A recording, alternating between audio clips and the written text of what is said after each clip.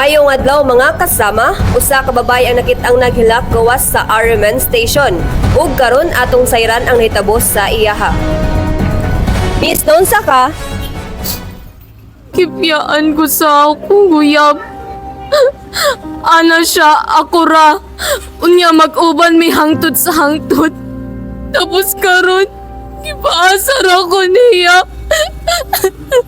Nilaom sad ka ma'am naka mo na jud. Sugi pakyas na yung mga salig sa imo ha?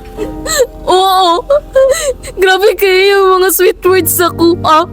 Ana siya, tabangan do ko niya hangtod sa hangtod tapos karon. Scam ra day ang ganan.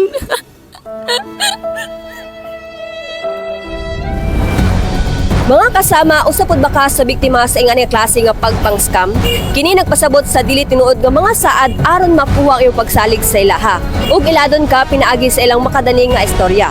Maong importante nga magmatngon kita og mag-amping sa ingani nga klase nga binuhatan. Ilabi na karong election 2025. Karong eleksyon di lang kini bahin sa pagmarka sa balota, kundi bahin sad kini sa pagdesisyon kung kinsa gyud ang angay nga modula sa atong nasod ngadto sa kayuhan. Busa ayaw padradayon sa mga pagsaad nga walay klarong basihan, kundi pili kadtong dili ka scam sa mga saad ug kadtong andam jud mo serbisyo alang sa katawhan. Kasama mo sa DXDCR Rmn Bantay Balota 2025 midterm elections, kini si Charlene May Campo, Tatak RMN.